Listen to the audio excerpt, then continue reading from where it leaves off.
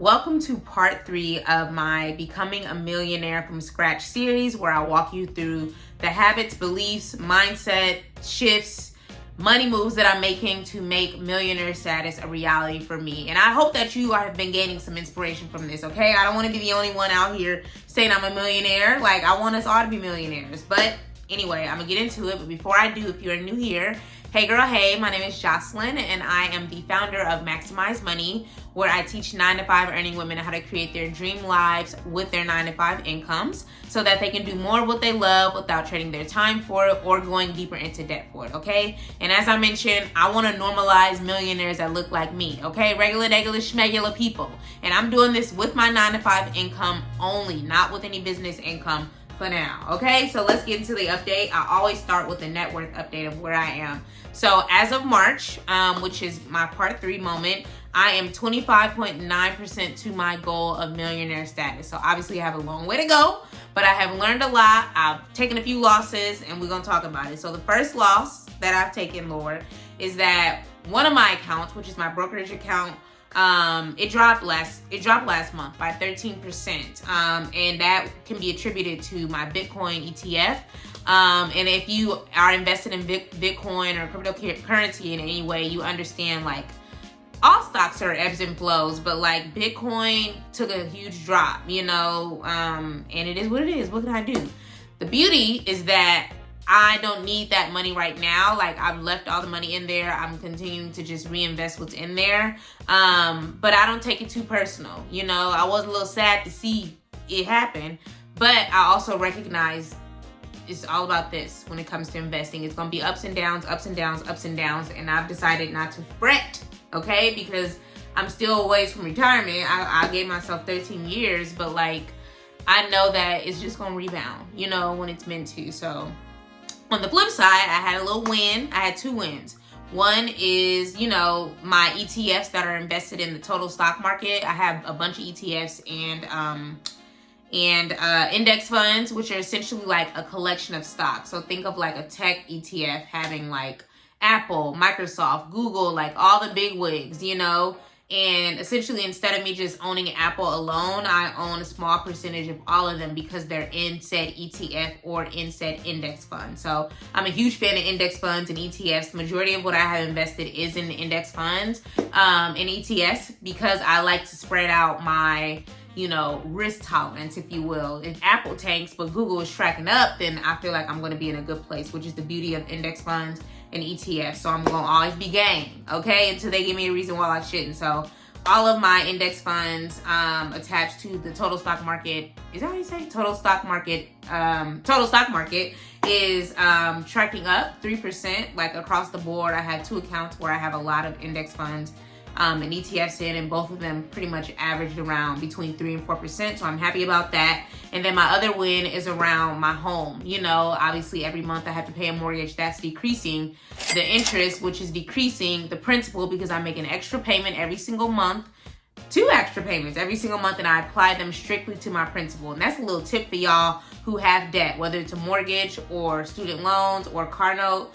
When you make an extra payment, which you should be doing, even if it's $50, y'all, like, make sure that it's applied to the principal only and not your actual, like, regular payment amount, because they're going to likely apply that to your interest, especially if you have more interest than principal, which means that you owe more in interest than principal, and for a lot of us, especially when it came to my student loans, I had like $80,000, and the majority of it was interest because I had the student loans since it had been 15 years, and they were like, girl, the more you don't pay us, the more we're going to be collecting this interest. No matter when you pay, we're going to get it, So like, that was just something that I learned early on in my financial freedom journey.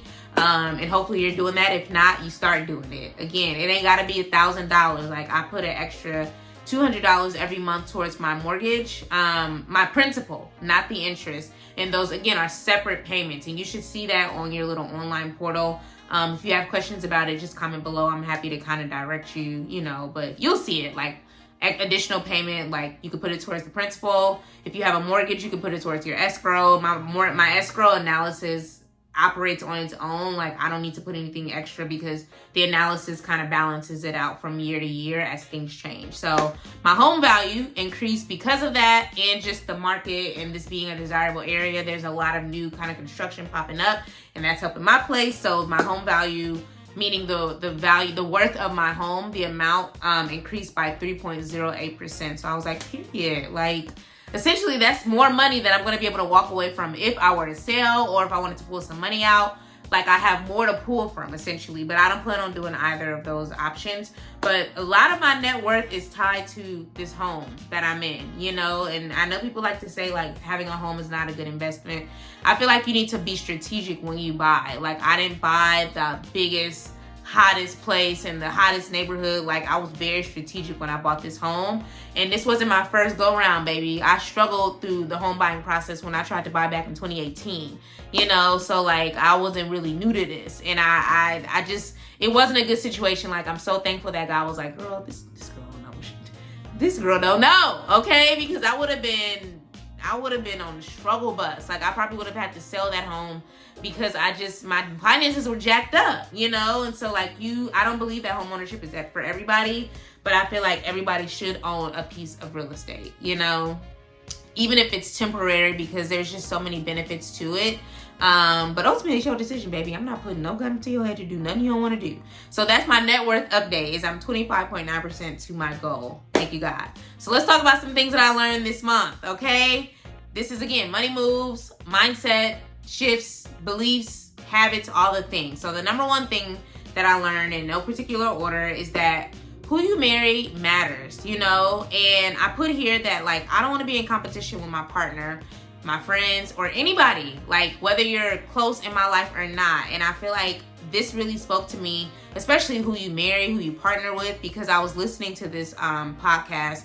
It's called Dear Future Wifey, and I know people got mixed things to say about him. I don't watch all his videos, but I loved Fawn Weaver, who is the creator, not the creator, I think she's the owner, CEO-ish, Uncle Near's, which is a Black-owned whiskey brand. And whenever I see her pop up on my YouTube, I don't care who channel she on, I'm listening, because I feel like her personality is very much like mine, and she's like a no-nonsense, baby, do better, get your life kind of woman who's about her business. She got her business to back it up, and it's not just Uncle Near's.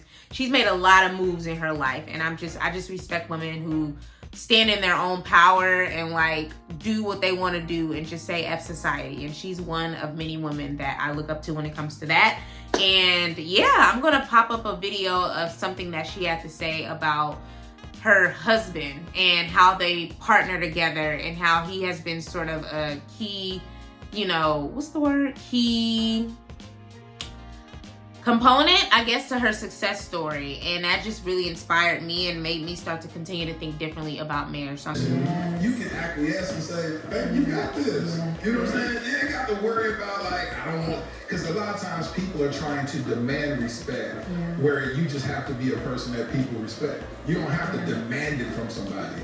And sometimes we get so caught up in titles, thinking that the title automatically accompanies respect. You know what I'm saying? But if you respect yourself like he does, and be like, hey, I've been in this position before. I ain't trying to earn. And the truth be told, he doesn't have to earn it from you. You've already given it to him. Without question, we're instructed to do everything that we do as unto the Lord. That right? part. So then for him, he's not looking for praise for other people. That's not where he's looking for. He is looking for praise from God. And God is real clear in how he should treat me as his wife. He is to love me as Christ loved the church. What greater love is there than to lay down your life for someone else? So if he is to love me as Christ loved the church, that means that he really is putting me above all things, including himself. When I say I need people to understand this, I need them to overstand that, because most marriages go through the greatest division because they begin to compete with their partner. Like, how do you compete with your partner? It's the craziest thing ever. I'm gonna pop that up on the screen so you can see if it's spelled. All right, so yeah, hopefully that was something that you gained some knowledge from. Again, who you marry matters so much, and I feel like a lot of people just be partnering up with no like shared goal, like no shared vision. It's just like either you was desperate, maybe time was ticking, you wanted to have a kid, or y'all married young and you didn't really know what was going on, or you let society pressure you, or you feel like this is the best you can get. And I just feel like I'm just so thankful that all the men that I thought I wanted to, it wasn't that many, I think it was like 2 guys that I like seriously dated that I thought I was gonna like go the long haul with. Thank God that didn't happen, because I was not the version that I needed to be, and neither were they. And I feel like we just would have had more toxicity beyond the toxicity we already had in our relationships, okay? So I feel like I'm literally like at this big age, pushing 40, like at a point where I feel like, okay, I actually feel like I understand the value of partnership, and I understand what I can bring to said marriage, said partnership. And I know kind of based on my life experiences what I would be looking, or what I am looking for, or what I need from said partner, you know? And I think for the longest, I just couldn't communicate that. But now, like, I communicate that. And it helps with, like, the removal process and the vetting process. Now, like, I don't think I've met my husband. And if I have, it's going to be a funny way of him coming back around, because, like, he ain't nobody I dated in the past. So maybe he's a friend of a friend. I don't know. But I just don't feel like I met my husband, okay? I just don't. And I'm thankful, because I would hate for him to have met those former versions of me. Because I was a mess. But God is good. Thank God for growth, okay? So that's point 1, is like who you marry matters so much. Point 2, and this is, you know, tying into just how ghetto this year started. Like, it's just been so ghetto between like this new president, to these planes crashing, to New Orleans, to these fires. Excuse me, y'all. It's just been too much. And one thing that I've learned is to stop looking at the government to change your life. You know, I feel like a lot of people had a lot to say about this election, and I'm like, this is not the first time we've had trash in the White House. This isn't even his first time in the White House. Like, I get it, a lot of things are going to be shifting, but like, we are giving this government too much power over our lives. Now, when it comes to medicine and some of the stuff that really does impact us, that's one thing, but I'm speaking specifically as it relates to our finances. You know, like, I feel like we be looking for them to do too many things for us that we need to be doing for ourselves, because ultimately, like, they gonna do what's in the best interest of them, you know? Like, and I just feel like we need to be taking our power back. And so I have here, like, as an example, is like Asians and Indians, like, they invest together, like, they put each other on, they start businesses, they come in together, and they make things happen. And I feel like when I think of like real moves that's happening, generational wealth, like, you know, that freedom that we all deserve, like, I feel like those two groups of people really like knock it out the park. Now, granted, I'm not Asian or Indian, so I don't know what happens within the family, but from the outside, like, I mean, think about Asians. Let's start there. Like, they own beauty supplies, they own the nail salons, like, they own a lot of the corner stores. Like, they are just infiltrated, not just in America, like, they are in other countries, they're on other continents. Like, you have to follow the money, you know? And that's just been a big lesson for me, is like, at the end of the day, I feel like the government, granted, they probably look at them better than they look at me as a black woman, you know, but they don't let the things that are happening within the government control the moves that they make. They gonna open them stores regardless. They gonna have these nail salons regardless, you know, and they gonna pull from within. And I want us to get better at that. Like, I feel like as black people, like, we be low-key against each other, you know, and we try to build wealth on our own. And that's one reason that I'm sharing these things. Why maximize money is a thing, because, like, I don't want other women to feel like they have to be alone on their journey, or I don't want other women to feel like they have to struggle on their journey, you know? Like, I believe in community, and I believe in exposure, and I feel like if we really put our earnings to work from our jobs and put it into investments, put it into real estate, put it into stocks, like, your money will be working for you. Like, it starts with you. You could be the shift that happens in your family. And for me, like, I'm thankful to have had examples, but more relatable examples have been presented. As I mentioned, last year was the first time that I actually met like multimillionaires, like I don't think I had ever met any of them before. Like, that was a huge shift for me. Exposure, education, and just a reminder that, like, I can do this. And I can show other people what I'm doing, and hopefully they be inspired as well, you know? So it can start with your paycheck. You know, I have a whole paycheck routine checklist where I walk you through, like, how I've made some moves happen with my 9-to-5 paycheck. I bought my first home. I paid off over $80,000 in student loan debt. I'm generating over $20,000 in annual passive income. Like, I'm making moves. I've saved almost a year's worth of expenses, you know, in a high yield savings account. Like, we need to be using our paychecks more strategically. And that's why I created that. And I made it super duper affordable. It's like $10. Like, I'm not asking for much because I want you to get the knowledge and apply it. Like, it doesn't have to be complicated. Like, all the terms and all the, you know, complex things that people talk about, I just break it. It's about 30 pages. Like, it's 30 pages of gems, and you're going to know exactly what to do. You're going to know the order to do it. And obviously you can adjust it based on your lifestyle and your goals. But, like, let your lack of knowledge, you know, not be the excuse anymore. Like, I literally give so many gems on this YouTube channel. So please like, comment, share, subscribe. But also, I have my Luxury Living on a 9-to-5 Budget Masterclass. I have Money Girl Collective, which is my private community, which I'll be opening up for more, you know, girlies, you know, later on this year. But, like, I take them through a year-long journey of transforming their relationships with money. So they walk away with two things. They have a like-minded community, so you don't have to feel like you're the only one struggling. You know, you don't have to feel like the dumb questions that you think are in your brain are just your dumb questions. We all be like, oh yeah, that's a good question. I was wondering that too. I never even thought to think that. You know, like, I make it actionable, I make it realistic, and I make it based on your income and your lifestyle and your goals. So you walk away with a personalized money plan that's, again, unique to you. Like, I'm not telling you to do what I did. I'm presenting you the options. I'm breaking it down. I'm educating you so that you can make more confident decisions with your money. So, again, y'all, like, I have so many different resources. But start with the perfect paycheck routine, okay? You could download that immediately and get to work with putting your paycheck to work for you. So, like, don't let education be the reason why you don't make moves, okay? Don't let the environment you're around be the reason you don't make moves. It starts with you. It had to start with me. And for the longest, I mean, it's low-key still just me. But thankfully, like, God is placing more people in my path that are helping me to think differently and to think bigger. So that's point 2. Point 3 is to, you know, recognize that it's beyond me. So maximize money. Yes, it's my business. But the vision that I have for it is beyond me. Like, one day it might just be running on its own, but also, like, making it personal. Like, I want to ensure that, like, the next generation that comes after me, you know, example being my family, like my godson, I don't have kids, so I consider him my kid. Like, I've been investing for him since he was 2. Like, me and his mom, I started an investment account for him, a custodial brokerage account, since he was 2 years old. And we've been putting money in there automatically every month since then. And his balance is like $5,000, you know? And we started each putting just $20 in there. Now we've increased it as we get more, you know, well, she get more than I do. But, like, I haven't gotten a pay increase in a couple of years. She get them, I think, every year, and she's increased it every year. So now, like, I think she puts what?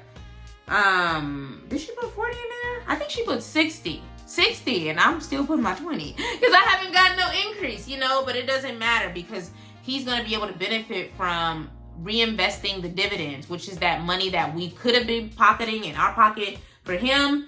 We decide to reinvest it. So as they pay out, these companies pay out, we don't take the money. We just leave it in there and allow it to be reinvested, which means that we can buy more stock, more shares of things, which means that by the time he's 18, baby, he gonna be set.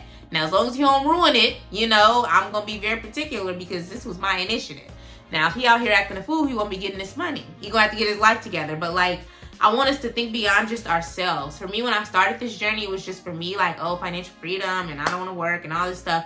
But I'm like, actually, this is bigger than me. Like, I want other women to feel like they can feel empowered when it comes to their money moves. Like, I want my godson to be educated on, like, finances. Like, I want my family, and they low-key sometimes do, like, be asking me random stuff because they know that, like, this is my thing. Like, I could talk about money for 24 hours straight. Like, money moves, okay? So, like, that's literally what birthed my brand, and I just want more people to be thinking beyond themselves and understanding how the decisions they make now or the decisions they do not make now impact the people that come up after them, whether that's your family or not. Again, I'm rooting for all y'all kids. I'm rooting for y'all nieces, y'all nephews. Like, I want y'all to set them up. Each generation to leave the next one better than the last. Like, that's something I'm big on. Like, my mom always says that. And it's something I've always kind of held near and dear to my heart. And it's something that I hope that we all start thinking about a lot bigger.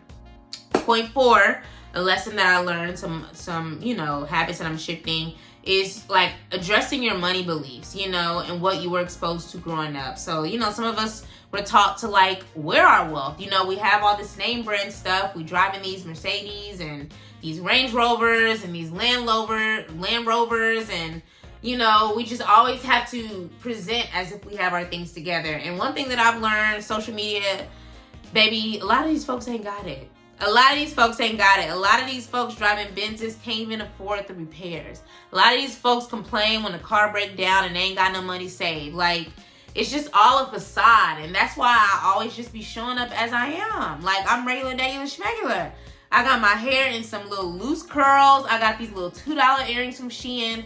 I got this shirt from Old Navy like 5 years ago. Like, one thing that I've learned from meeting these multimillionaires is that they don't look like they have money. And I feel like, think about the Mark Zuckerbergs, even though we're not rooting for them, but the Mark Zuckerbergs, you know, the Bill Gates, the Elon Musk, like, they look like regular people. They have on regular clothes. Like, they don't have a bunch of, granted, they probably got like private jets and stuff like that, but like, you would know.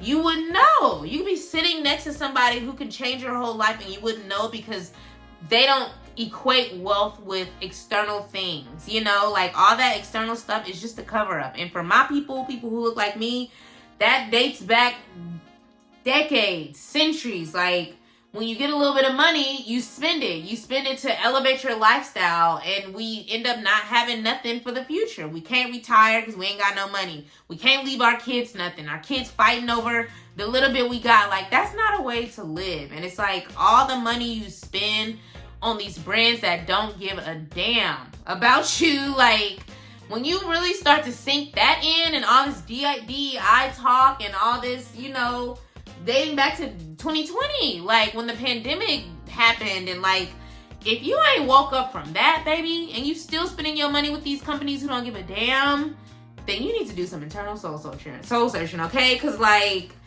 I'm not here for it. If you wouldn't employ nobody who look like me, if you wouldn't invest in businesses that are owned by people like me, then why the hell am I giving you my money?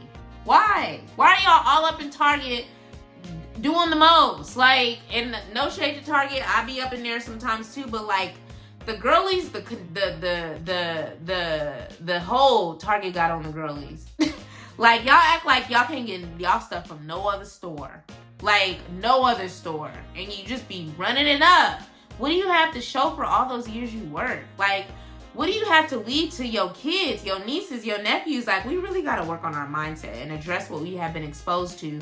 Because, you know, you ain't never going to get to your dream life. You ain't never going to be able to make work optional. You ain't never going to be able to, like, truly do what you want to do when you want to do it and not stress about money if you continue to spend it the way you've been spending it. So it does take intentionality. Like, that's why in month 1, I spend a lot of time talking about money habits. I talk about beliefs. I talk about creating a vision for your life. You know, me and my girls literally just went through this, because how we were raised matters, but we are also grown women, 9-to-5 earning, working women over the age of 26. So like, I always say, I literally just said this, like, because I have one client, she's 24, and I give her grace because she's brand spanking new to this world of adulthood. But once you could get kicked off your parents' insurance, baby, you have the control to create your own life, okay? So I always salute her, because it's like, she's already thinking, she's like, listen, the way I was raised, baby, I should not be doing as well as I'm doing now, but thank God for grace. And so I'm always low-key just like kind of like a big sister to her. Like, just being who I am is naturally what attracted her to me, and I'm just so thankful, because that's literally why the Money Girl Collective private community exists. Like, I want people to feel like they're not the only one, and it doesn't matter what you were exposed to. Like, once you get exposed to new ways of living, new ways of doing, your mind starts to expand and you start to think bigger as it relates to what's possible for you. And so that's really what I want for me and my homegirls and my money girls, which are the girls a part of my Money Girl Collective, okay? So again, links to the wait list are in the description if you feel like I need to be around these kind of women where we investing and we saving and we traveling and we doing the happy hours and we can afford all this stuff and still be able to like not have to work until we 80, okay? Because I talk a lot about retirement as well, because a lot of us need to be thinking about that. And anyway, so that's that. The fifth thing I want to highlight is the importance of routines and habits, okay? I already talked about having a paycheck routine, which is where the perfect paycheck routine came from, because a lot of times, like, a lot of my clients will feel like, oh, I don't have no money to save, I don't have money to invest, and I say, okay, I want you to put everything that you spent on this spending plan template, which is free to download. I have a whole free spending plan template link in the description so that I can see where your money is going, you know? And so they put it on there, and baby, I be seeing Amazon, I see Shein, I see Fashion Nova, I see brunch 2-3 times, like, and I'm like, well, baby, this is where money is going. Now, I'm not going to tell you because my channel is not a channel of restriction. I'm never going to tell my girls not to do the things that bring them joy. We just need to be strategic, okay? And make sure the money that needs to go where it needs to go, i.e. savings, investings, paying off debt, is accounted for first, okay? We can't be out of a check before we even get the check deposited to our account. And that was always the situation. They would be trying to catch up on bills, catch up on stuff, catch up on former credit card balances. And it's like, well, baby, if you only paying the minimum, this $25 towards Chase ain't gonna do much if you giving Amazon $200 every single month on willy-nilly. Like, no, we can't do that. So routines matter. I have a whole workout routine, you know, I have a morning routine. I live off routines, baby, you know, because when you start to be strategic and you're clear on your vision and what you want your life to look like, you start to be a little more selective with how you spend your time. So I'm gonna pop up my little, you know, no, I'm not. My workout video should likely already be on the screen, child. Let me make sure that I make a note to put that on here. But yeah, I just feel like we just be wasting our mornings, wasting our evenings, complaining about the same stuff, complaining about this job, complaining about not losing weight, complaining about this man. It's just like, well, girl, is you gonna complain every day or are you gonna do something about it? What you gonna do? You know? And so for me, I think a lot about like the identity that I want to possess, the identity that I already am. I am a self-made millionaire. Ain't nobody trust fund coming this way. I ain't got no rich husband. I ain't got no wealthy daddy. You feel me? Everything that I'm doing, I've had to do from scratch, which is why this is titled Becoming a Millionaire from Scratch, you know? But I want to be a multimillionaire with a good heart. I want to give back. I want to motivate. I want to inspire. And I want to be unassumed as a millionaire, okay? Like, I'm still gonna be dressing just like this. I don't plan on getting a bigger house. I don't plan on getting a bigger car. I don't plan on buying all this unnecessary stuff to make it seem like I got it, because that money need to be working for me. Why am I spending $500 on this Coach bag when I need to be putting that money towards my index fund so that they can grow? You know, it's a shift. Your habits have to reflect the life and the identity that you want to create for yourself. So that's something that's really important to me. And again, perfect paycheck routine, baby. If you're tired of feeling like you ain't got no money by the time that paycheck hits your account, if you're tired of carrying these credit card balances, if you're tired of saying you're going to pay off debt every single year and you don't, you're tired of feeling like you ain't got no money to save and you might be a week away from being laid off, baby, get the perfect paycheck routine, okay? Linked in the description. Next is letting go of the need for instant gratification, y'all. Let me walk you through my journey. Because a lot of people be feeling like you want microwavable success. You want microwavable results. Let me put some numbers attached to what my journey has looked like. In 2017, I started my financial freedom journey. I didn't even know what financial freedom meant, but I just kept hearing. I said, that's what I want, okay? That started in 2017. 2018, I paid off over $80,000 in student loan debt. And I'm gonna make sure that image is popped up on the screen because put some respect on my name, okay? Put some respect on my name. 2019, I relocated to Houston. New city, new vibes. 2021, I bought my first home, okay? I bought my first home after struggling to buy one back in 2016, okay? It takes time. You know, 2023, I got super serious about investing, y'all. Like, I made, in 2023, I think I had account balance of like $30,000, and like my account, like the growth of that account was like 30% year over year. And I was just like, oh, and this is with me not doing nothing? This is with me not doing nothing? Y'all, we are doing smart things this year, okay? This is my journey towards becoming a millionaire. And one thing that we're going to talk about is like being able to automate your goals. Like, I talk about that in a lot of my content. And this is one of the few accounts that I haven't automated because I just think I had my own mental blocks of like shoulda, coulda, woulda. Like, what if I don't have the money every month? What if I just a lot of what ifs? And I just had to remind myself, or God had to remind me, that he hasn't given me a spirit of fear, but of power, love, and a sound mind. And if I know that I want to make work optional and I want to become an automatic millionaire, which is a great book. If you've never heard of it, please Google the Automatic Millionaire. Like, just reading it over and over really sharpens my mind. And he essentially talks about how like we need to automate our goals. You know, that's a part of the soft life that I subscribe to, okay? It's like ensuring that I do the work now so that, again, work becomes optional and that my money is working for me. And Roth IRAs, again, great investment account to have. It's one of the top ones that you should prioritize because it's a tax advantage account. And as I mentioned, I'll be maxing my thing out, but it's just been a manual process. And I'm like, no, babes, we're going to do hard things. We're going to do smart things this year. And I'm going to max that thing out again, but now it's going to be automated. So hopefully this inspires someone. Like, this year, this number changes all the time, but like to get a 12% return on your money is a good thing, y'all. Like, and I want to show y'all what else I got going on, but just know the numbers are looking good. And I just want this for all of us. And so we're doing smart things. We're doing hard things, and we're pushing ourselves to get the needs out of the way so that whatever is left is a nice to have. But our future selves are truly going to thank us for us. What am I trying to say? Are going to thank us for making these decisions. So I'm thinking about doing more investment content. Let me know if I should. I like people to learn on their own and not just copy and paste what I do. Like, I hope to be a source of education and inspiration, but there's a reason why I don't talk about what's in my accounts, because I don't want people to just go and get them without understanding why I chose the, you know, stocks and index funds and ETFs that I chose. But if you're down for like more investment education and you think I should highlight more of this, let me know. I won't be sharing what's in my portfolios publicly. Like, in my private community I will, but like, let me know if this is something of interest to you, and I'll kind of add it more throughout my Becoming a Millionaire series. So open to that feedback. Just comment below, and I'll ensure to prioritize it as I continue to record these. Oh my God, I will have to get serious about this. So 2014, I started tracking my net worth. I started tracking my passive income, which is dividend income. You know, I have spreadsheets. Like, it's a part of my personal paycheck routine, you know?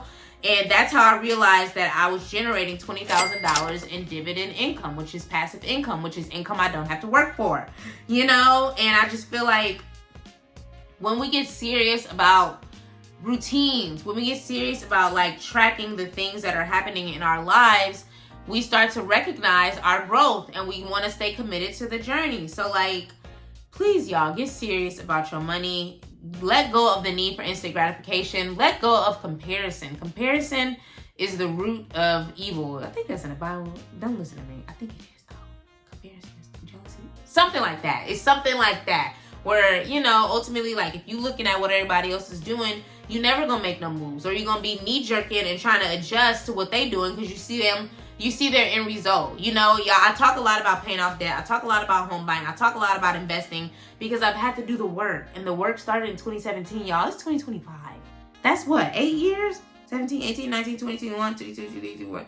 That's 8 years, right?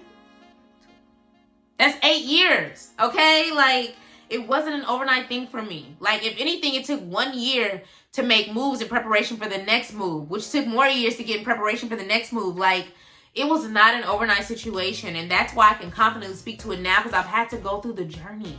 And that's why I said, because the girls was like, okay, for Money Girl Collective, can we just buy a couple of months? No, you need to go through the whole journey, because if you don't, you're going to try to take bits and pieces and you're going to see that it doesn't work. And what you don't recognize is that money influences more money moves, which influences more money moves. everything connects. So you're going to be in this with me for a whole year, okay? 365 days, you have to be committed. I don't want you to say, okay, well, I just want to pay off my debt, because once you pay off your debt, then what? Are you going to go back and get more debt? No, you're going to say, okay, now I got more money to save. Now I'm ready to invest. Now I have a cushion. Now I can start traveling more. Now I can, like, all of it connects, which is why each month builds upon the last one in Money Girl Collective, y'all. Like, I'm strategic.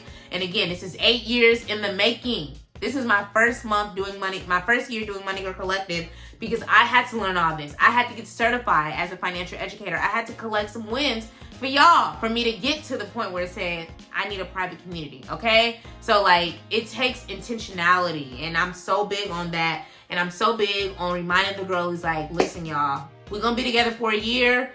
All the instant gratification, all the quick moves you thought you was going to make, unless you want to go scam, this is not the place for this, okay? We're going to dedicate. We're going to be dedicated. We're going to do the work. It's going to be hard. It's going to be challenging. But when you get to those end results, you're going to be a new person. It's going to be worth it, y'all. So I'm so big on that. I'm so big on focusing on my lane. You know, even when it comes to social media and stuff, like, I've seen people, they using my messaging. They using my positioning. They've shifted their brands based on what I'm doing, and I see it as flattering. I used to be taking it personal, but I'm like, you know what? That means I'm doing something right. If this person who does similar work to me feels like they need to adjust what they're doing because they see me doing it, you know? I don't want to be like nobody else. I had to go through layoffs. I had to go through quitting toxic jobs. I had to go through not being able to afford a home to get to the point where I am now. Nobody can take my story from me, just like nobody can take your story from you. So, like, just be reminded that God uses everything. Even if it was uncomfortable, especially if it was uncomfortable, he uses it. And it's in those uncomfortable moments that you really realize who you're made of and, like, what he's prepared you for. And fifth and finally is literally what I just said, is that God uses every experience in your life to shape you. You know, you see Maximize Money now, but I started with a brand called Elevate Digital. That morphed into Real Estate Prep. That morphed into Maximize Money. And with every one of those shifts, God was the source. Like, and it came in like small silent moments where I wasn't doing, trying to be. Like, I really was just at ease, and like I just felt the need. Like, I have a whole like note section where, like, when I was driving, the idea just came to me, and I was just like, okay, personal finance? Teach personal finance? Like, I just couldn't understand it, but it just came so natural to me because of all the challenges I went through, begging for salary increases on my job, begging for promotions, being passed over promotions that I deserved, quitting a toxic job, trying to buy a house and failing the first time around, getting laid off, like, just a lot of life experiences, both on my job and outside of my job, really structured me to be able to show up fully in this business as I am, because I got the receipts. And not just for me, I got the receipts for my girls. I got the receipts from the women in my community. I got the receipts from former clients. Like, all of it works. All of it works together for your good. And again, my transformation began in the year of our Lord 2027, y'all. It is 2025. I never envisioned my life unfolding the way that it has. I never envisioned things happening so soon. I never envisioned some things taking longer. Like, all of it is for a reason. And I feel like when you learn to just rest and put God in the driver's seat and be a little passenger princess, let him do. Let him do. Stop trying to fight it. Stop trying to force it. Stop trying to control it. Stop trying to overthink. Stop trying to overextend. Stop trying to compare.